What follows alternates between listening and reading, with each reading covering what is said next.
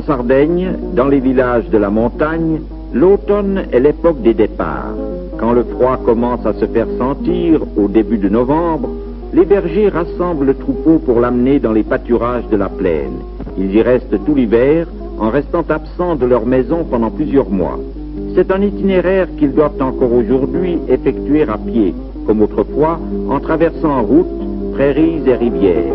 Une longue marche qui dure des jours et des nuits pour arriver loin d'ici au pâturage où les troupeaux passeront l'hiver.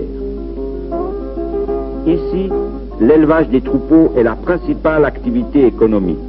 Ainsi, quand arrive l'époque de la transhumance, les villages des montagnes de Sardaigne, déjà si peu habités, sont presque complètement désertés par les hommes. Voici Desulo, un petit village entouré de belles châtaigneraies, accroché sur les pentes rocheuses du mont Gennargentu, à 1000 mètres de hauteur. Les conditions géographiques de l'endroit constituent le premier obstacle à affronter pour les habitants. La vie devient un rapport permanent avec la nature, non pas un rapport aimable et bucolique, mais une lutte quotidienne, où chaque geste est mesuré sur le rythme des saisons, un effort perpétuel pour s'adapter aux ressources d'une nature exceptionnellement avare.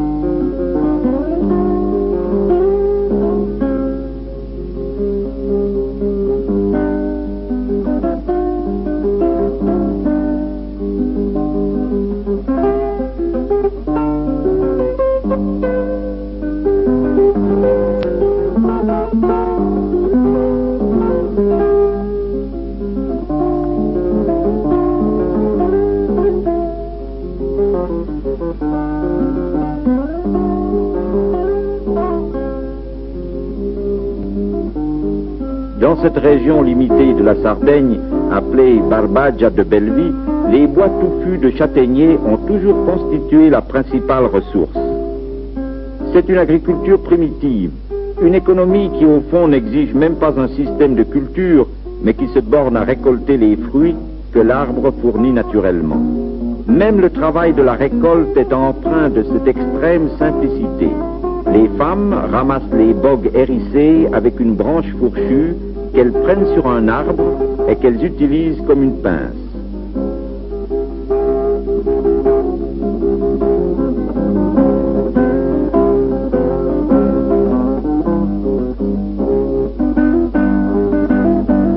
Dans cette économie pauvre, où les hommes sont presque tous des bergers, ce sont les femmes qui s'occupent des travaux de la campagne, en assurant ainsi la subsistance quotidienne. Après avoir réuni les bogues en tas, les femmes font gicler les châtaignes hors de leur enveloppe hérissée au moyen d'un caillou tranchant et pointu, véritable hache préhistorique. Mais ici, chaque geste, chaque outil découle d'une expérience séculaire.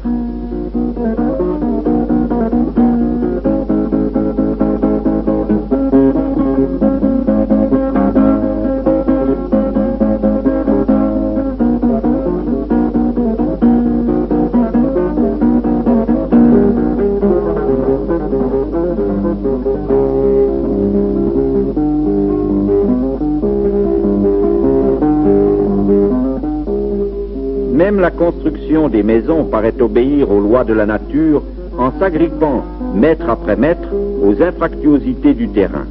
La matière première est le schiste, une pierre friable qui constitue l'ossature de ces montagnes. Elle sert à paver les ruelles qui grimpent péniblement jusqu'au sommet du village, à dessiner les larges marches qui semblent sculptées dans le rocher, à construire les maisons, contraintes à trouver leur espace dans la hauteur, cherchant à prendre toute la chaleur que peut offrir les brèves journées de soleil.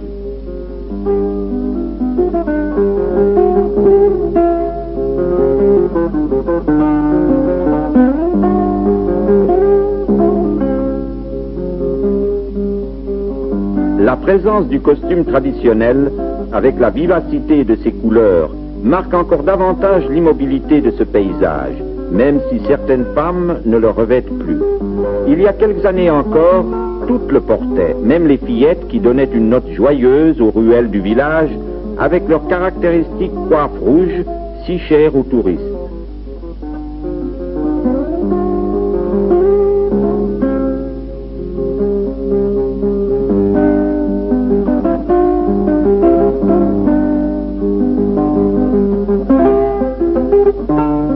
Le sentiment de l'isolement est vivement ressenti dans les montagnes de la Sardaigne et les événements du monde extérieur, le monde du progrès qui se déroule au loin, sur les côtes et dans la plaine, arrivent ici comme un écho lointain.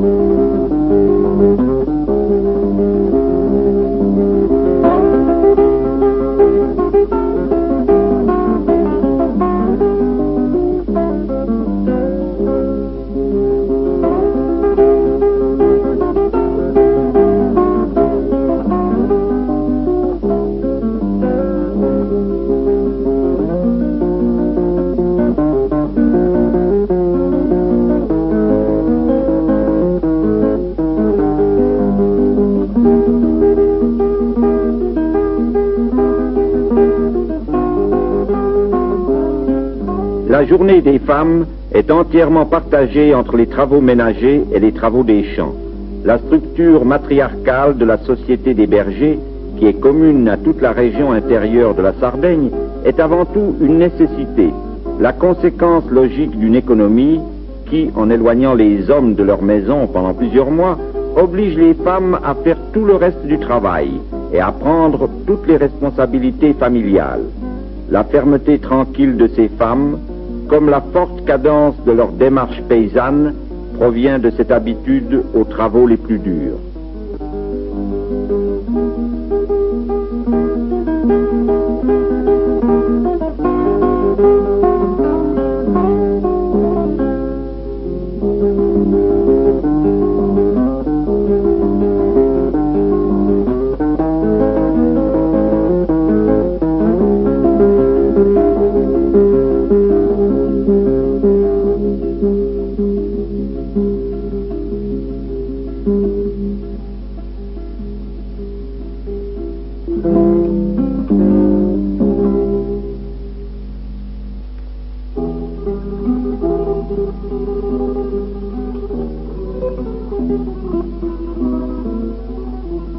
Les châtaignes récoltées sont conservées dans des trous creusés dans la terre qui les conservera fraîches pendant tout l'hiver.